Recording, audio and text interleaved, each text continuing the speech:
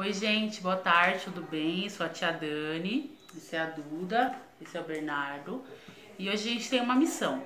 A gente vai gravar o vídeo de uma aula para vocês.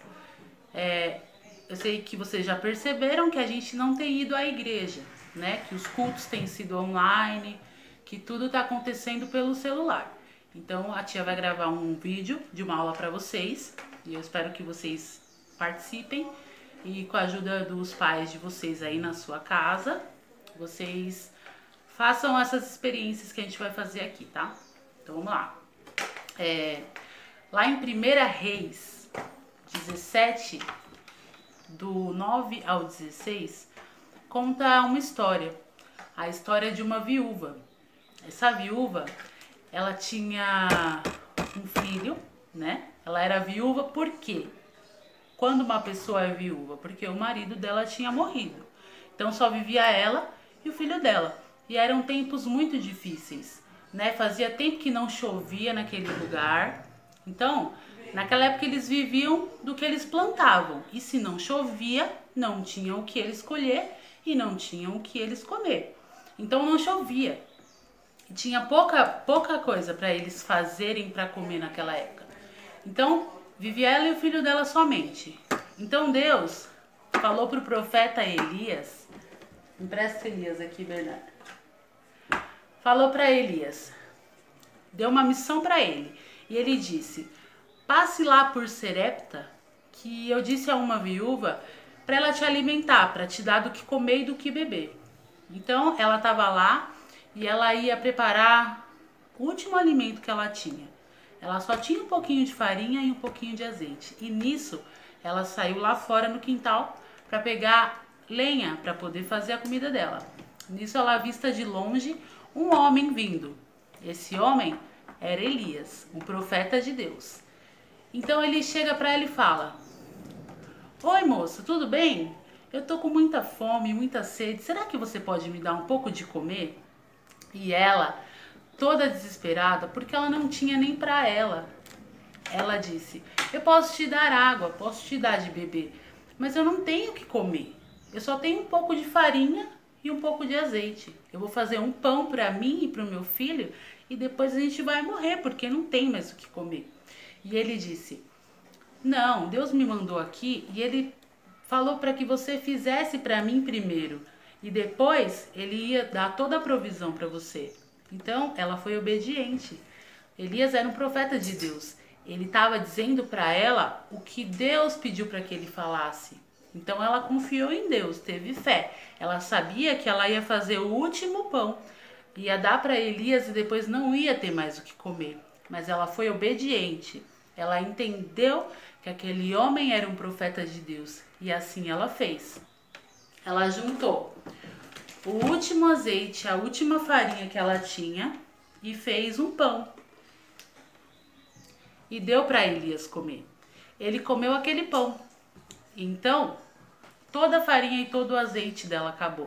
Mas quando ela foi olhar na botija dela e na vasilha dela, tinha muito mais farinha e tinha muito mais pão, como Elias havia dito. Ela foi obediente, obedeceu a Deus, fez como ele havia dito. E por isso Deus multiplicou os seus recursos. Multiplicou a farinha, multiplicou o azeite. E nisso ela pôde fazer muito mais pão. Não faltou alimento mais na casa dela, nem para ela, nem para o filho dela e nem para os vizinhos dela. Ela foi obediente e Deus multiplicou. Então agora nós podemos tirar muitas lições dessa aula. Uma delas é: a viúva ela foi obediente, ela obedeceu o que Deus havia mandado. E por isso Deus fez com que nada faltasse na casa dela. Elias, ele também foi obediente. Deus mandou para que ele fosse e ele foi. E por isso, Deus proveu o alimento para ele. Ele tinha fome e tinha sede. E Deus foi e deu para ele de comer e de beber. Agora eu quero fazer com vocês uma experiência, tá? Então nós temos aqui um copo com água, um copo com óleo e um copo com vinagre, tá? Se vocês quiserem fazer essa experiência em casa, vocês façam, mas pede pra mãe, pede pro pai, tá? Senão a tia Dani vai vai passar por maus bocados. Então, pede para mamãe e papai ajudar. E vão precisar de fermento. Então, vamos lá. Essa pessoa aqui, vamos dizer que ela é aquela criança que ela até vai para a igreja, mas chega na igreja, ela não quer descer para o ministério infantil, ela quer ficar lá em cima, com o pai e com a mãe.